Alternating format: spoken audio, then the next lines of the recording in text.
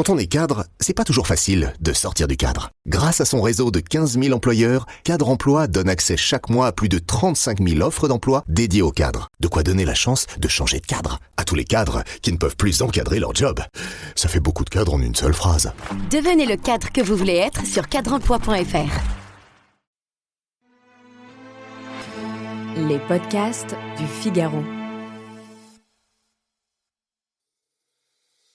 Albert, je te présente l'ami Louis. Louis, voici Albert Camus dont je t'ai souvent parlé. Avec un sourire satisfait, Grenier recula d'un pas, croisa les bras et laissa les deux hommes se jauger un instant avant qu'ils ne se serrent la main. De 14 ans le cadet de Louis, Albert avait de l'élégance et une haute stature.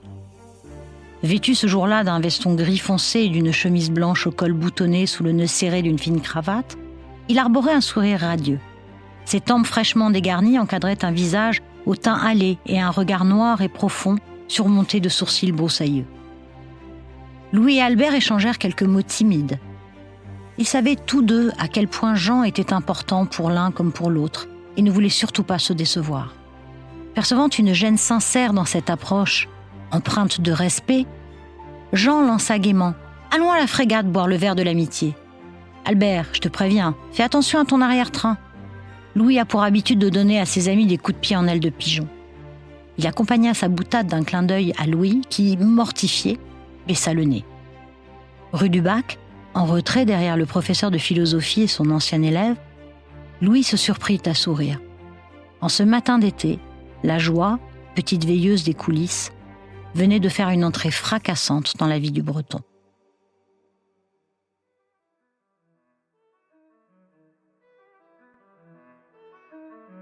Bonjour et bienvenue dans le podcast Le Moment des Livres. Vous venez d'écouter un extrait de L'Ami Louis de Sylvie Le Bihan, publié aux éditions de Noël. Je m'appelle Mohamed Essaoui, je suis journaliste au Figaro littéraire. Bonjour Sylvie Le Bihan. Bonjour. Alors autant le dire tout de suite, vous avez écrit un livre formidable avec L'Ami Louis, dans lequel vous mettez en scène deux grands noms de la littérature, Albert Camus et Louis Guillou. Une grande histoire d'amitié, solaire, sublime, indéfectible. Le roman est d'ailleurs en lice pour le prix Renaudot 2025. Première question avant d'attaquer le cœur du sujet. On connaît bien sûr Albert Camus. On connaît moins Louis Guillou, qui était pourtant un écrivain phare, majeur de la première moitié du XXe siècle. Vous pouvez nous en dire quelques mots ? Je pourrais dire que c'est un peu l'écrivain de la famille, puisque c'était un ami de mon papa, mon père qui a 96 ans, et qu'il l'a connu alors qu'il avait 11 ans et qu'il était, pendant l'occupation, un jeune garçon. Et Louis Guillou aimait prendre les lycéens et les lycéennes et leur donner l'espoir d'autre chose, d'une autre lumière, alors que c'était des heures sombres. Sa femme était professeure et lui écrivait, mais il était là pendant l'occupation et donc mon père l'a connu comme ça et ils ont été amis pendant des années jusqu'à la mort de Guillou.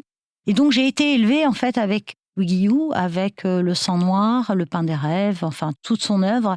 Je l'ai croisé plusieurs fois. J'ai évidemment vu un vieil homme à l'époque où il venait déjeuner à la maison. J'ai découvert l'auteur et j'avoue avoir été totalement bouleversée par sa façon, sa sensibilité, son âpreté dans son écriture. Et je me suis dit, c'est pas possible que cet homme-là ne soit pas plus connu.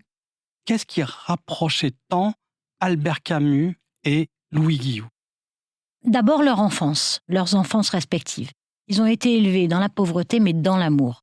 La maman de Camus, elle l'a aimé, elle l'a chéri. Et Louis a été soutenu par son papa qui était cordonnier, par sa maman, par ses sœurs. Ils ont eu une enfance pauvre mais heureuse, donc je pense déjà ça. Ensuite, je pense que c'est la sincérité de leurs engagements, l'attachement à leurs racines pendant toute leur carrière d'écrivain, et cette envie de fraternité. Ils n'avaient pas envie d'être dans le bal des hypocrites. On ne peut pas passer à côté de ce point commun tellement essentiel qu'est l'écriture. Ces deux enfants pauvres, deux humanistes. Louis Guillou a eu le prix du roman populiste, par exemple. Il a eu aussi le prix Renaudot et le grand prix du roman de l'Académie française, effectivement. Ils ne pouvaient pas vivre sans écrire. C'était vital pour eux, c'était vital. C'est deux empêchés, en fait. Oui. Camus était malade, tuberculose et Louis avait la tuberculose des os. Oui, donc, en fait, il avait une main qui était abîmée. Ces deux personnes qui se sont battues pour arriver où ils en sont arrivés. Surtout que Camus, sa mère était analphabète, donc ils ont fait un énorme travail. Et c'est vrai que c'était leur moyen d'expression.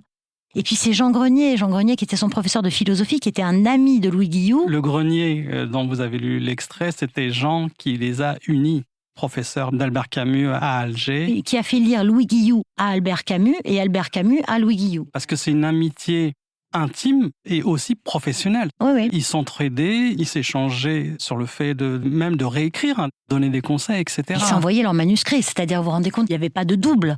Ils annotaient et Camus attendait les corrections de Guillou pour le manuscrit de La Peste. Il y a une autre figure qui est celle de Pivot. Oui. La narratrice Elisabeth Daguin travaille pour Bernard Pivot et elle a pour mission de retrouver donc des amis de Camus dans le cadre d'une émission spéciale Albert Camus. J'ai énormément d'admiration et de respect pour Bernard Pivot qui a animé donc une émission littéraire qui était fantastique, Apostrophe. J'avais vu ce grand entretien de Louis Guillou avec Bernard Pivot que je vous invite vraiment à voir parce que c'est merveilleux. C'est un trésor. Il est à l'INA pour ceux qui souhaitent le voir. On voit le petit œil qui pétille. Voilà, il est coquin, il répond à côté. Il dit, bon, je trouve que c'est formidable. Donc j'avais envie de parler de Pivot et il fallait qu'Elisabeth, pour un problème de narration et pour que le roman se tienne, il fallait qu'elle ait une vraie raison pour rencontrer Guillou. Et je me suis dit, tiens, ce serait marrant, elle est en Angleterre, elle rencontre Pivot en Angleterre, il lui propose de travailler pour elle. Alors c'est pour ça qu'on va voir aussi Bukowski, on va voir Sagan, on va voir tout le monde, on va voir Malraux, on va voir Dabi, Mac Jacob, tout le monde. Effectivement, on parlera aussi du portrait de l'époque que vous faites, c'est extraordinaire. Un autre lieu majeur, on n'a pas encore prononcé la ville de Saint-Brieuc, où tout commence et même tout finit. Oui. Alors Saint-Brieuc, c'est ma ville, c'est la ville de mon père, donc la ville de ma famille paternelle. Saint-Brieuc, c'est un peu à l'image de la femme de Guillou, de René, c'est-à-dire qu'il l'aime, il la quitte, mais il revient toujours. Il a un rapport très particulier avec la Bretagne. Mais c'est extraordinaire dans le roman. Il a envie d'y retourner, puis quand il y est, il a envie de repartir. C'est assez captivant dans le sens où on ne sait pas si c'est de l'amour, de l'habitude. Saint-Brieuc, c'est aussi la ville d'Elisabeth Daguin. C'est très important, la narratrice qui tient le récit.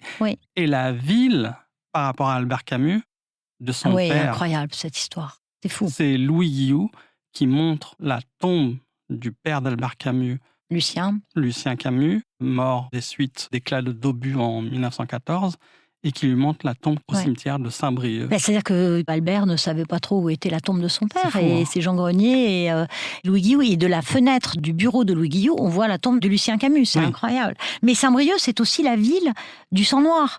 C'est la ville de Coco Perdu. Oui, voyez, alors Coco Perdu, le sang noir... Il ne va jamais nommer la ville. Dites qu'est-ce que c'est, pour ceux qui ne connaissent pas. Le sang noir, même... Le sang noir, c'est merveilleux. C'est un roman qui se passe en 24 heures, en fait, et c'est la ville de l'arrière. Sur une journée, Sur une journée, donc c'est la ville de l'arrière pendant la Première Guerre mondiale. Qui est Saint-Brieuc. Nomme jamais. Non. Et donc, au sein de cette ville, vous avez les notables, vous avez ceux qui n'envoient pas leurs fils, qui vont avoir des discours populistes pour que les gamins aient se faire tuer dans les tranchées.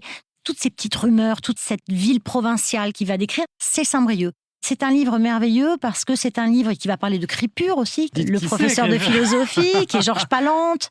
C'est un livre qui, pour moi, est tellement riche à écrire. J'espère qu'il est riche à lire parce qu'il y a des personnages fabuleux. Et Crépure, donc critique de la raison pure, c'était un professeur de philosophie. Qui est un personnage du sang noir de Louis Guillou. Et qui était Georges Palante et qui était en fait le maître à penser de Grenier, de Camus et de Guillou.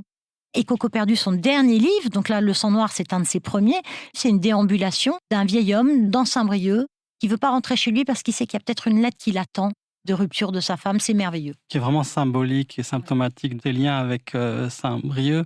Hélas, je ne crois pas que l'on connaisse beaucoup Louis Guillou. Qu'est-ce qu'il représentait ? Il venait souvent à Saint-Germain-des-Prés. Je pense que surtout ce qu'il faut dire, c'est que c'était un écrivain qui, du début à la fin, n'a jamais trahi sa classe. C'était un écrivain qui était engagé, aussi bien pour les agriculteurs qui étaient expropriés, on parle des années 20, que pour les réfugiés espagnols. Donc comme là, Camus, on parle de la d'ailleurs. fin des années 30. Voilà, exactement, comme Camus. Donc ça aussi, ça les rapproche. Il était aussi pour la Croix-Rouge.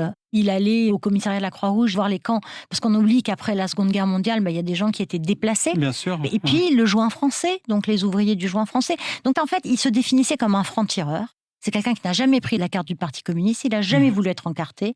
Plutôt de gauche quand même. Il n'a jamais voulu non plus dénoncer Gide après le voyage en URSS. Et c'est pour ça qu'il s'est fait virer par Aragon de son poste de journaliste. C'est quelqu'un qui a toujours été très droit. et qui a été, jusqu'à la mort de Camus, au centre d'un milieu littéraire extraordinaire, d'une farandole d'écrivains. Vous disiez tout à l'heure que j'étais sur le prix Renaudot, je suis ravie d'être sur la première sélection. Et je suis aussi sur un prix qui s'appelle le prix du livre qui fait du bien. Et ça, je trouve ça formidable parce que j'ai l'impression que ce livre fait du bien, que je répare et que j'essaie de remettre Guillou à sa place dans le Cénacle et dans le panthéon des auteurs de cette période-là. On ne pourrait pas parler du livre sans parler des femmes qui sont très présentes. D'ailleurs, il y a 2 parties qui sont consacrées aux femmes. Une des parties, c'est Élisabeth, évidemment, qui a un rôle très important. Hélas, on n'a pas pu le développer là, mais qui est la narratrice, qui est très émouvante. J'ai l'impression qu'elle a quelques traits de Sylvie Le Bihan, quelques accents, et c'est très touchant. Je pense même que c'est elle qui tient le récit. Et ne passons pas à côté de Liliana, à qui vous avez consacré aussi une partie. Dites-nous un peu qui est cette femme. Guillou était marié à une femme formidable qui s'appelait Renée, qui était donc, comme je le disais tout à l'heure, professeur. Il a eu quelques petites aventures un peu, et il y a eu cette histoire d'amour avec cette femme qui était une Italienne, qui était traductrice de Malraux, traductrice de Camus, qui travaillait pour Gallimard, qui a publié 2 romans incroyables, et qui était un amour impossible, puisqu'elle habitait dans un palais vénitien, et d'ailleurs Roger Grenier se moquait de Guillou quand il le voyait sur le populisme. Voilà, C'est une femme extraordinaire, c'est une femme qui était très très engagée, qui a travaillé contre l'analphabétisme en Afrique. Et je suis tombée sur la mention de cette femme et je me suis dit, il faut que j'aille creuser. Je suis allée à la bibliothèque de Saint-Brieuc et j'ai eu accès aux lettres de Liliana Magrini qu'ils appelaient les marginales. Parce qu'ils écrivaient dans les marges, en faisant des ronds, comme des escargots. Mais c'est d'une beauté, cette histoire d'amour entre eux, qui va s'arrêter assez rapidement après la mort de Camus, d'ailleurs. Vous le dites un peu, là, vous avez réalisé un travail de recherche et d'enquête qui force le respect, parce que cela, en tout cas, permis de nourrir le roman, de raconter des anecdotes savoureuses, des moments d'émotion aussi, la précision dans les décors. Comment on s'extrait de cette documentation énorme? Vous auriez pu tenir 2000 pages. Oui, je sais déjà, je trouve que 400 pages, c'est beaucoup. Mais alors, je vais vous dire, le plus beau compliment que j'ai eu, c'est le directeur de la bibliothèque de Saint-Brieuc qui m'a dit « Moi, l'archiviste, à aucun moment, je n'ai senti l'archive. » Alors là, ça m'a vraiment fait plaisir parce que c'est un grand compliment. C'est un grand compliment. Je me suis imprégnée des personnages, j'ai vécu avec eux, en fait. On le sent. Mais vraiment. Et moi, ce que je recherche toujours, c'est le petit garçon, les petites filles, vous voyez. Et donc, j'ai essayé de faire de faire ressurgir dans ces personnages. Quand Camus reçoit le Nobel, par exemple, et qu'il se jette dans les bras de Guillou, c'est le petit garçon, c'est les 2 petits copains, dans la cour d'école. Malraux, quand il a le syndrome de la Tourette, c'est pareil. Et c'est ce que je suis allée chercher. Dabi aussi, c'est pareil, quand ils sont... Et Max Jacob aussi, la Bévalée, tous ces gens-là, j'ai voulu les faire revenir, mais... Comme vous dites, une farandole, c'est un peu à la queue leu-leu, les copains à la queue leu-leu. Et joyeusement jusqu'en 60, au moment où Camus va disparaître. Et ça va quand même... casser quand même. Oui, ça va casser cette magnifique ambiance et ce groupe qui était solaire. Qui était totalement solaire. Je vous recommande vivement L'Ami Louis, c'est un de mes livres préférés de cette rentrée littéraire. Merci Sylvie Le Bihan. Merci beaucoup. Je rappelle que vous êtes l'auteur de L'Ami Louis, publié aux éditions de Noël. Merci d'avoir écouté ce podcast. Vous pouvez retrouver le moment des livres sur le Figaro Radio, sur le site du Figaro et des plateformes d'écoute. À bientôt.